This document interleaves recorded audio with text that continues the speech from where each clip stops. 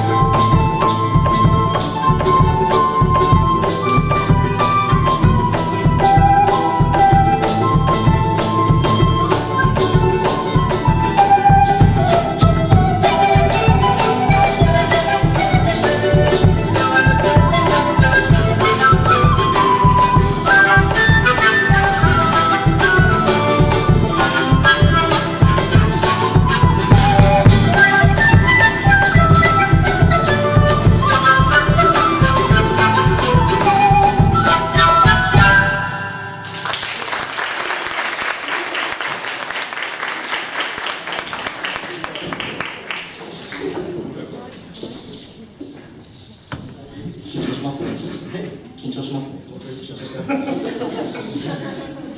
私近い浜松県内から来てるんですけどね、一番ちょっと緊張してて続いてこの曲、我々先ほど秋田から来たメンバーがいるんですけれども、全員秋田大学の出身で OB、OG、小島一人の現役と一緒に今回演奏させていただいております。それでですね、秋田県にはアルマンド山平さんがリーダーをやられているベルビエントスというグループがありまして、我々も今回そのアルバムで山入さんの曲を秋田にもこういうフォルクローレのリズムや曲をやってるんだぞということでちょっと2曲ほどやらせていただきたく、まず1曲目にやりますのは「祭りに宴」と書いて「祭宴」という曲となります。こちらは春の雪解けをイメージしている曲という形になっております。もう一つは「オーロラ」という曲で、こちらは夜空のオーロラではなくてあけぼのの女神の方から取られている曲となります。2つとも曲調は違いますが、私個人としても非常に好きな曲ですので、ぜひ聴いていただければなと思います。それでは2曲続けていきます。サイエントオーロラ。「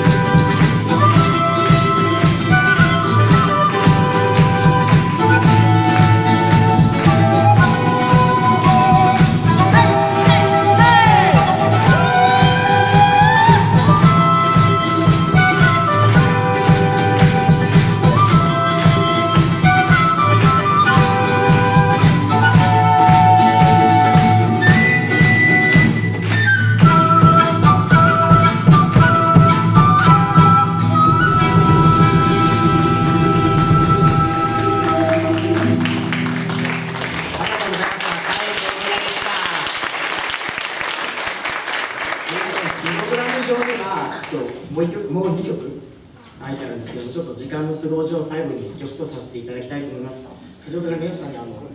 再演では聴いていただいてオーロラで手拍子いただいたんですけど、僕本来ちょっとミルカミルカさん浜松出張所の名前いただいた理由ってミルカミルクさんのスタイルのお客さんと一緒に楽しむっていうスタイル本当に惹かれて、ちょっと1年前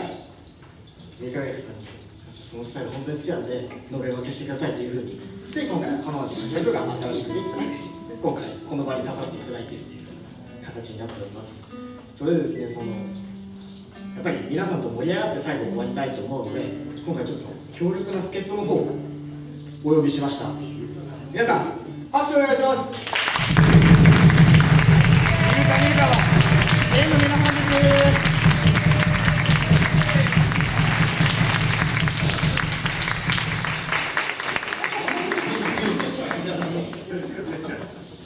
すみません、本当に急なお願いなので一緒にやっていただくということになって、僕が前にいていいのかってちょっと思いながら最後やらせていただくんですけど、最後にやる曲は「昼夜の花が咲く」という曲です。皆さんも一緒にもう手拍子どころじゃなくいろいろと騒いで盛り上がっていただければなと思います。本日はありがとうございました。ミルカ栃木市店浜松出張所でした。ありがとうございます。